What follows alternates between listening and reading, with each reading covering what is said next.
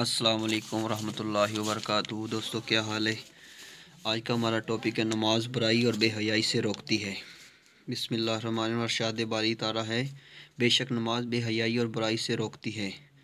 امام ابن کثیر رحمۃ اللہ نے تفسیر ابن کثیر میں روایت نقل کی ہے کہ نبی مکرم صلی اللہ علیہ وسلم نے فرمایا، جس کی نماز اسے بے حیائی اور برائی سے نہ روکے، اس کی نماز نہیں ہے۔ آخر کیا وجہ ہے کہ ہم نماز بھی پڑھتے ہیں اور گناہ بھی کرتے ہیں؟ دراصل ہم نماز تو پڑھتے ہیں مگر اس کے تقاضے پورے نہیں کرتے۔ دیکھیے، اگر بغیر وضو کے نماز پڑھیں تو کیا قبول ہو جائے گی؟ یقیناً نہیں ہوگی۔ اس طرح اگر کپڑے پلید ہو تو کیا قبول ہو جائے گی؟ نہیں۔ اگر خون ناپاک ہو، کپڑے مال حرام کے ہوں، کھانا پینا حرام کا ہو تو پھر نماز کیسے قبول ہوگی؟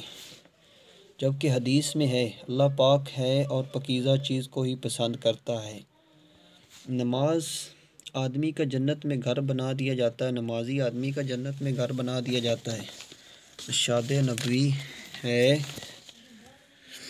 جس نے چاشت کی 4 رکعتیں اور ظہر سے پہلے 4 رکعتیں پڑھی، اس کے لیے جنت میں گھر بنا دیا جاتا ہے۔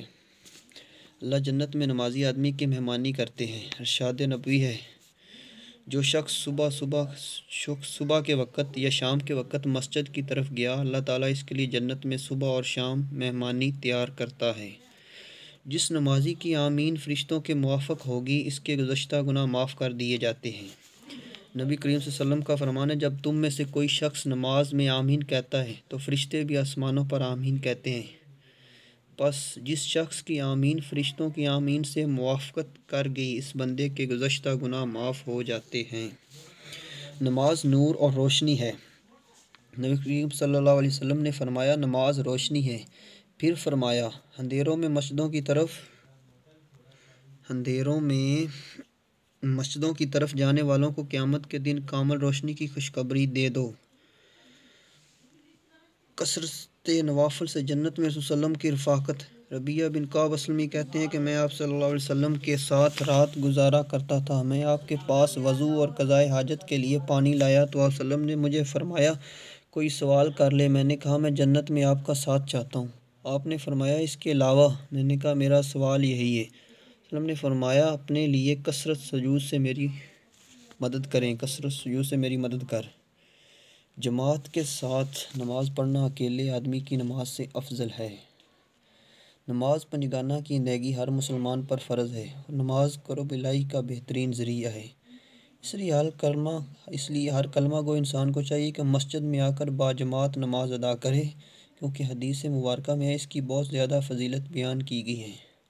سیدنا عبداللہ بن عمر رضی اللہ تعالیٰ بیان کرتے ہیں کہ رسول صلی اللہ علیہ وسلم نے فرمایا، جماعت کے ساتھ نماز ادا کرنا اکیلے نماز پڑھنے سے 27 درجے زیادہ افضل ہے۔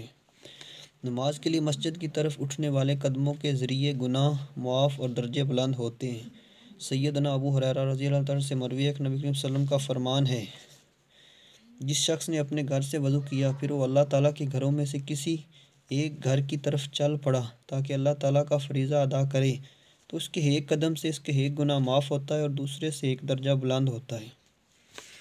رسول اکرم صلی اللہ علیہ وسلم نے فرمایا، جو شخص نماز پڑھ لینے کے بعد جب تک باوضو اپنی جائے نماز پر بیٹھا رہے گا، فرشتے اس کے لیے دعا کرتے رہیں گے۔ فرشتے کہتے ہیں کہ